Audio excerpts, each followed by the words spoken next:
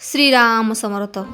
श्रोते हो, श्री महाराजांच्या प्रवचनात आज आपण ऐकणार आहोत गोंदवल्याचे महत्त्व नामाच्या प्रेमात आहे.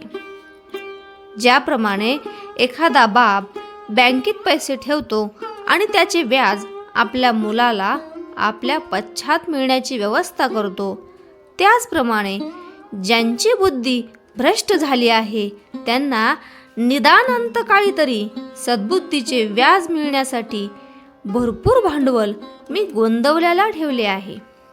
मनुष्य कितीही भ्रष्टबुद्धीचा झाला तरी गोंदवल्याला आला की त्याच्या बुद्धीमध्ये पालट झालाच पाहिजे. निदान अंतकाळी तरी तो तिथे येऊन चांगला होऊन मरेल. अभिमान म्हणून नव्हे, परंतु गोंदवल्याचे महत्त्व कशात असेल तर ते नामाच्या प्रेमात आहे. राम किती दयाळू आहे, त्याच्या नामाचा प्रसार व्हावा म्हणून त्याच्या नावाने मी हा बाजार मांडला. पहिल्याने वाटले आपला माल खपेल की नाही कुणास ठाऊक, पण रामाने मोठी कृपा केली आणि पुष्कळ लोक नामाला लागले. आपण पाहतो प्रत्येक गावाला निरनिराळे नाव असते. तसे पाहिले तर सर्व गावे सारखीच.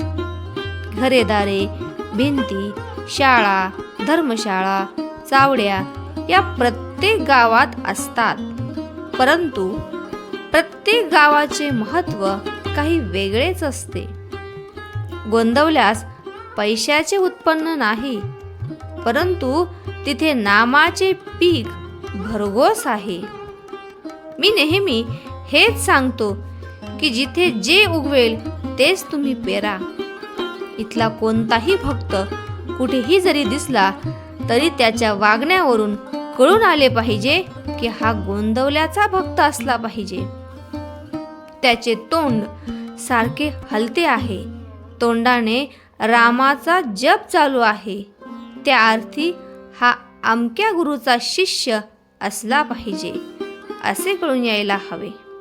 म्हणतात ना की आपल्या वडिलांचे महत्त्व सांगू नये, ते मुलाच्या कृतीवरून कळले पाहिजे. म्हणून आता एकच करा, रामाला हात जोडून मनापासून सांगा, रामा तुझे प्रेम दे, आम्ही अखंड नामात राहू, प्रारब्धाचे भोग आम्ही आनंदाने भोगू आणि तू ठेवशील त्यात आनंद मानून. तुझे गोड नाम आम्ही हृदयात सतत जतन करून ठेवू. राम खात्रीने कृपा केल्या वाचून राहणार नाही. खरोखर या नामामध्ये आपला प्रपंच आपल्या कल्पनेपेक्षा कितीतरी सुखाचा होईल. लढाई करणे हे अर्जुनाचे कर्तव्य असल्याने तू माझे स्मरण ठेवून लढाई कर असे भगवंतांनी सांगितले. आज नोकरी किंवा प्रपंच करणे हे आपले कर्तव्य आहे, तेच आपण भगवंताच्या स्मरणात करू. नीती धर्माचे आचरण आणि प्रारब्धाने आलेली कामे भगवंताच्या स्मरणात करणे हेच सर्व धर्माचे शास्त्रांचे सार आहे. आपण साखर खाल्ली तर आपल्याला गोड लागते, त्याचप्रमाणे आपण गोड शब्द बोललो की आपल्याला गोड शब्द ऐकायला मिळतात. आपल्या सर्व गोष्टी जर भगवंताच्या नामात झाल्या तर भगवंताचे प्रेम आपल्याला का बरे मिळणार नाही. आपण भगवंताचे नाम घ्यायला सुरुवात करूया. तेच नाम भगवंताची प्राप्ती करून द्यायला समर्थ आहे याची खात्री बाळगा.